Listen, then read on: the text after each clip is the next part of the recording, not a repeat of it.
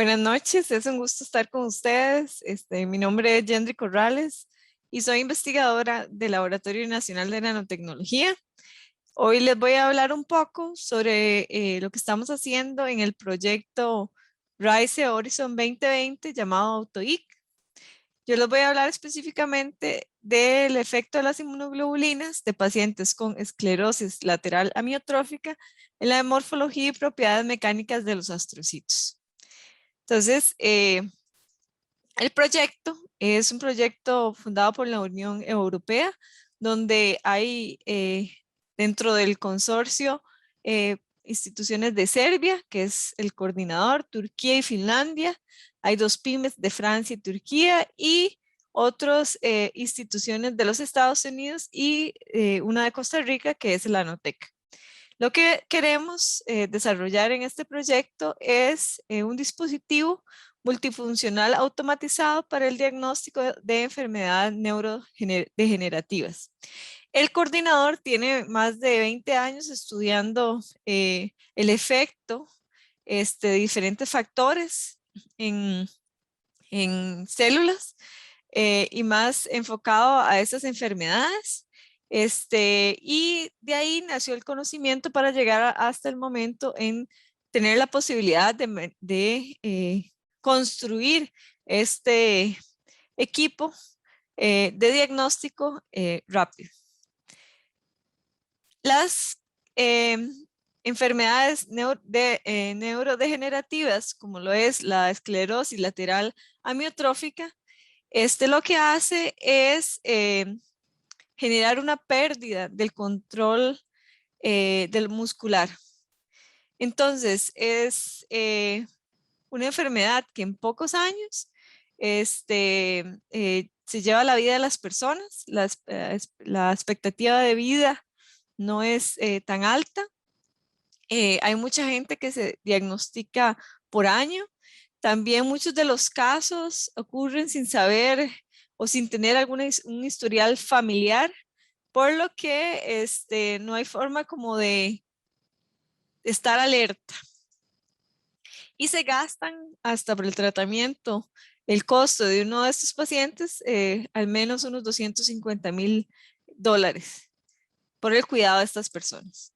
Entonces, es una enfermedad muy difícil de diagnosticar, ya que hay muchas similitudes con otras enfermedades y se está invirtiendo billones de dólares en encontrar algún fármaco que ayude a disminuir esa progresión de esa enfermedad y hay pocos fármacos en el mercado. Entonces, nosotros con este proyecto queremos ayudar a desarrollar esa técnica o ese equipo para el diagnóstico de esta enfermedad. ¿Por qué las inmunoglobulinas? Bueno, ¿y qué son? Las inmunoglobulinas son anticuerpos que circulan en el torrente sanguíneo. Ellas tienen muchas funciones que se dan durante procesos inflamatorios, durante destrucción celular, eliminar virus, bacterias, y ellas se producen en los pacientes enfermos. Entonces, la idea es tomar la sangre de los pacientes enfermos, purificarla y utilizar estas inmunoglobulinas en células para que estas células y verificar el comportamiento de las mismas.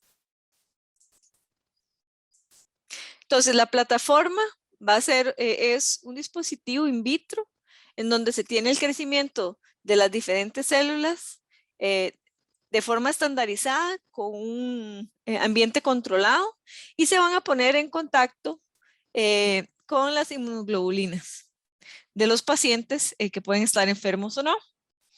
Y de ahí se van a analizar varias señales que se han estudiado como efectos de los pacientes que tienen este tipo de enfermedad. Entonces, digamos, hay las inmunoglobulinas, ellas hacen cambios en la absorción del calcio, en la generación de especies reactivas de oxígeno, y se puede hacer por decirlo así, un tracking, una medición de este montón de señales y determinar por el análisis de datos si la persona puede estar enferma o no. Entonces, se ha estudiado que, por ejemplo, las células en contacto con las inmunoglobulinas de pacientes enfermos generan más cantidad de vesículas. Y estas otras también señales que les estamos presentando, que les estoy presentando hoy. Entonces, ¿qué es lo que está haciendo el Anotec? El Anotec está estudiando el efecto de las inmunoglobulinas en la morfología y propiedades mecánicas de la membrana. Entonces, aquí tenemos una imagen, un dibujo de un astrocito, que son las células que estamos investigando. Los astrocitos tienen muchas funciones. Ellos son los que conectan el torrente sanguíneo con las neuronas. Ellos tienen efectos de soporte, una funcionalidad de soporte, también absorción de nutrientes, eliminación de diferentes residuos. Entonces son células muy importantes. Aquí vemos un dibujo, acá al lado derecho vemos varias células como las ven. Esto es una microscopía de SEM, donde yo voy a ver las células acá, tal vez aquí hay una encima de la otra, y que las células tienen en la superficie lo que son los microvillis. Acá hay un acercamiento. Estos microvillis son muy importantes en la célula porque ellos aumentan la área superficial de la célula y también se relacionan muchos procesos de absorción. Esta y en otras funciones.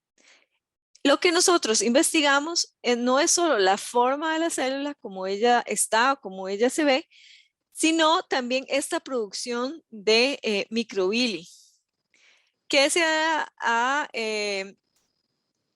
que puede ser asociada a los cambios que pueden darse por las inmunoglobulinas.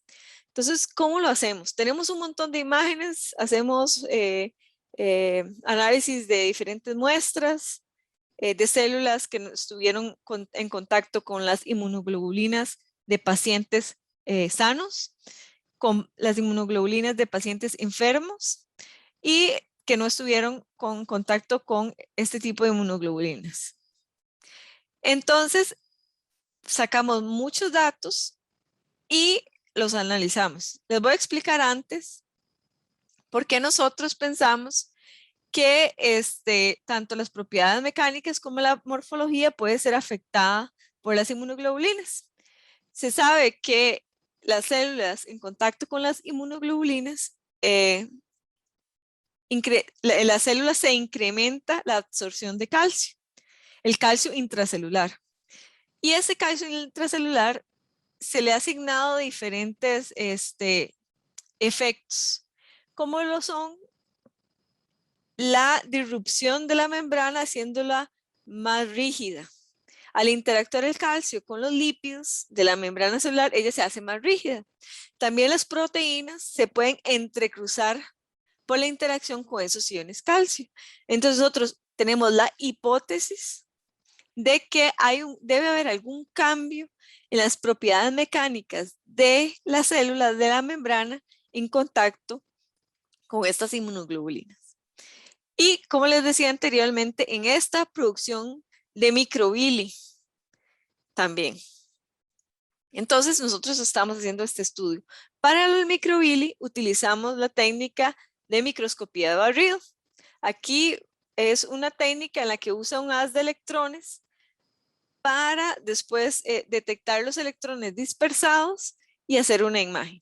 Aquí vemos una imagen de SEM, vemos que estamos en el ámbito micrométrico, donde vemos una parte de la célula, donde está la membrana, esto liso que se va acá, y todos los microvillis. Nosotros necesitamos tomar los datos y analizarlos y cuantificar de una manera neutral cuántos microvillis hay y cuál es su morfología y su tamaño. Entonces, para eso obtuvimos ayuda de Fabricio Alvarado, del compañero del laboratorio hermano en el CENAR, del Laboratorio de Computación Avanzada. Él, mediante algoritmos que él programó, consigue ayudar a detectar los bordes de estos microvillis y después cuantificarlos. La detección de bordes o el análisis de datos, lo que se hace es por la diferencia entre píxeles, donde vemos una imagen de este tipo que ya sufrió varios tratamientos como disminución de ruido, como mejora de contraste. Se le hace se analiza con un algoritmo de detección de bordes, en donde el algoritmo lo que hace es detectar donde hay un píxel oscuro a la par de un píxel muy claro. Y ahí lo identifica como un borde. Y ahí es donde ustedes ven que hace este tipo de, se le hace en la circunferencia alrededor del microvilli. Entonces, de ahí se toman las imágenes, se pasan una imagen blanco y negro y se cuantifican cuántos microvillis hay. También se hace diferentes filtros para, dependiendo la relación perímetro-área, saber si es una línea o un borde solamente o si es un microvilli. Entonces estamos trabajando en estos resultados. Fabricio está programando en conjunto con nosotros. Ahí se ve la importancia de la biología, la ingeniería en materiales y la computación avanzada junta para el análisis de datos. Entonces estamos trabajando juntos para desarrollar, pero estamos todavía en etapas un poco intermedias. Lo segundo que estamos haciendo en el proyecto es estudiando con microscopía de fuerza atómica cómo cambia esa membrana. La microscopía de fuerza atómica, mismo como el nombre lo dice, es más a nivel atómico. Ahí esa microscopía es capaz de ver diferencias en la topografía de una célula, por ejemplo, a nivel nanométrico. Esta técnica lo que hace es yo tengo un cantilever que está vibrando a una frecuencia específica, que mientras no tenga contacto con la muestra, él vibra a la misma frecuencia.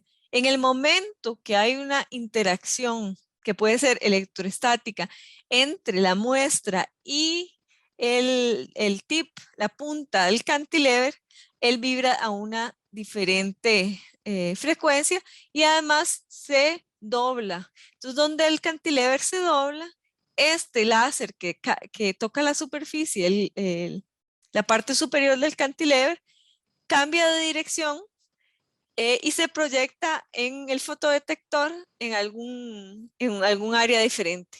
Entonces, esos cambios de láser en el donde toca el fotodetector, eso se ve después reflejado en las diferencias de altura. Entonces, es una técnica eh, eh, tan sensible para detectar la diferencia de altura del lugar donde hay un aminoácido a donde no hay. Imagínense. Entonces, nosotros empezamos estudiando también, es una técnica que me puede dar la morfología en 3D. Yo puedo verlo en X, Y y Z. Vemos que esta área es lisa y tiene las protuberancias que son los microvillis, y podemos ver a escala más pequeña analizando áreas de 800 nanómetros, por ejemplo, donde yo ya no veo los microvillis que eran micrométricos, y ahora yo veo lo que se ve aquí, que se ve liso, yo lo puedo ver con el microscopio. Y vemos que tiene un montón de bolitas. Estas bolitas son las proteínas de la membrana. Entonces, nosotros podemos ver cambios en la rugosidad, en el ordenamiento de esas proteínas y de la membrana per se, porque no son solo proteínas. Ahí nosotros, el microscopio de fuerza atómica nos deja ver a nivel nanométrico los cambios en las propiedades mecánicas. Se sabe de otros estudios que, por ejemplo, las células cancerígenas tienen una resistencia mecánica, o por decirlo así, una dureza muy diferente a células que están, células sanas, normales. Entonces nosotros con este microscopio podemos hacer lo que se llama una indentación, donde yo tengo esa punta que yo les mostraba antes y le puedo hacer fuerza, indentarla en mi material, generando curvas de este tipo, donde yo indento y aplico una fuerza. Aquí vemos este gráfico de esta manera, porque es donde yo voy con la punta bajando y no he tocado la superficie. Por más que yo le aplique fuerza, no, aquí no hay ningún cambio. Hasta que ya llega toca la superficie y yo indento, y para seguir indentando yo necesito incrementar la fuerza. Entonces con la pendiente de esta curva yo puedo calcular lo que se llama el módulo de guión. Lo que dice es la resistencia que tiene este material a la deformación. Se llama módulo de deformación. Yo aplico fuerza en un área y obtengo una cierta deformación. Entonces yo hago para áreas cercanas al núcleo o áreas en el borde, estos análisis, y obtengo muchas gráficas y calculo lo que se llama el módulo de Young, del módulo de deformación. Entonces yo puedo ver acá un gráfico en donde los valores para diferentes tipos de células, que ellos van cambiando. Entonces, esa es una hipótesis que estamos valorando ahorita, que estamos analizando. Y nosotros obtenemos gráficos de el módulo de Young contra este número de datos tomados. Y podemos hacer gráficos donde podemos decir, graficar en 3D esa variación del módulo de Young en la superficie. Entonces, como ven, el Nanotech está empleando sus conocimientos en nanotecnología y en materiales para un proyecto que nosotros diríamos es solamente biología, por decirlo así, o medicina, ¿verdad? Entonces es muy importante, aquí nos unimos los ingenieros informáticos, los biólogos, los ingenieros en materiales y nanotecnología y para desarrollar este proyecto que es verdaderamente multidisciplinario. Yo quisiera agradecerles por la atención.